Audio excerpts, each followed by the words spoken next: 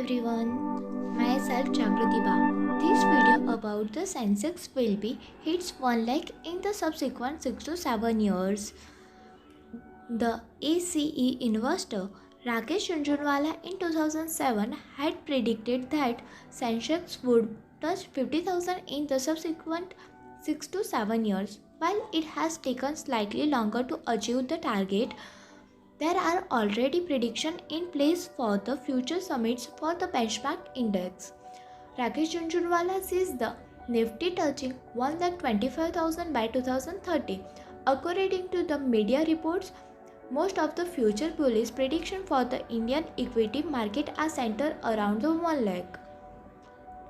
Fundamentally, if you see last 20 years, earning growth for the Sensex has been 10.5% and the return over the same period have been 30% on the basis of the compounded annual growth rate CAGR. Assuming the same continuance and on the higher basis, we should be able to hit 1 lakh in the next 5 to 7 years. Let's have a look on the Sensex key aspects and the milestone over the years.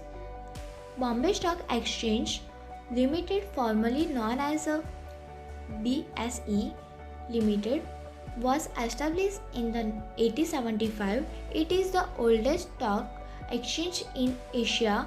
It is the world's largest 10th stock exchange in terms of the market capitalization. In 1956, Security Contract Act passed. In 1977, Reliance Industry IPO was launched. In Reliance Industry has been biggest gainer ever since. January 1986, launch of the 30 scrip free float BSE index. In April 1992, BSE falls 12.77 due to the Harshad Mehta scam. In 1995, BSE introduced BOLT means online trading system. In 1996, NSDL set up for the handling trading. NSDL, which stands for the National Security Depository Limited. 21st January 2008, which is known as a Black Day because BSE fell by 1408 points to 70,605, leading to the one of the largest erosions. 9th November 2016, on this day, there is a demonetization of the currency. On that day, Sensex crashed 1,689 points due to the prestige stock selling. And recently, 21st January 2021, Sensex breached 50,000 mark. Sensex since PM Modi came to the power in 2014. Interestingly, the Sensex has nearly doubled today. It has been a 7 years journey from 25,000 to 50,000. We are looking at the BSE Sensex index close near the flatline at an all-time high of 51,544 on the Friday as the investor awaits retail price inflation and the industrial production data due later in the day of the 21st January 2021. ICICI Bank, Infosys and the Axis Bank were among the best performers in the BSE index. If we go by corporate earnings and the GDP growth, which will drive earnings, it should take about the 5 years. Sensex post-COVID gains better than pre-COVID. Investors went on the roller coaster ride amid the coronavirus pandemic and the massive stimulus measures during the year 2020. The coronavirus pandemic forced the government to announce a nationwide lockdown to curb its spread. As the number of the cases rose, massive global sell-off pushed the Sensex off a cliff in the late March 2020 2020. However, market staged a massive comeback and the jumped nearly 91% in the just over 10 months to the breach the 50,000 mark. Ironically, the stock market has seen more gains than losses in the post-COVID phase.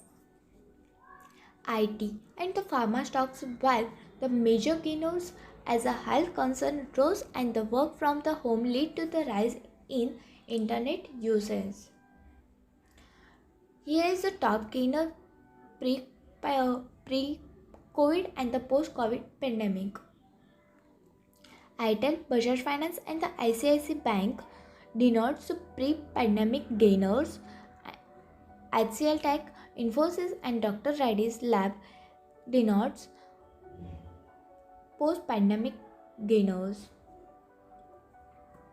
The stock market is broadening and the deepening. Over the last few years, we have seen new types of the companies entering the market such as MNCs and the insurance firms. As the economy grows and these segments will grow faster, I see them becoming a part of the key indices in the next few quarters. Among all the sectors, metals and the infrastructure may emerge as a dark horses, with steel and the aluminium prices rising. The integrated players will perform well.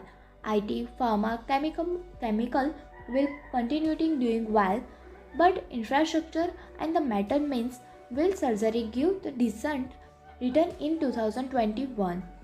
During this pandemic crisis, Indian economics goes down in two quarters, which leads to recession by technically.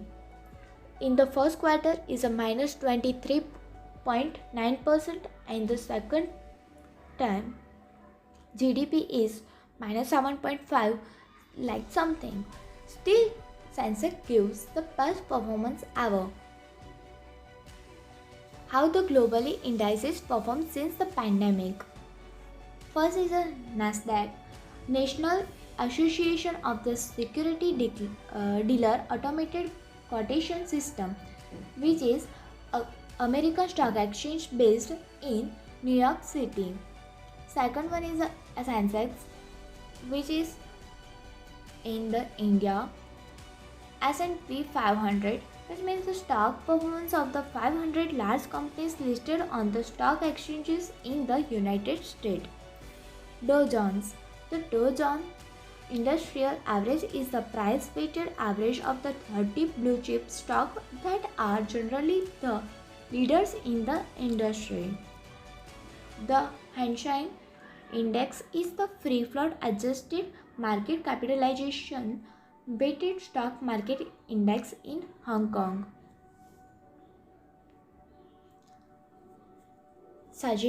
Conclusion.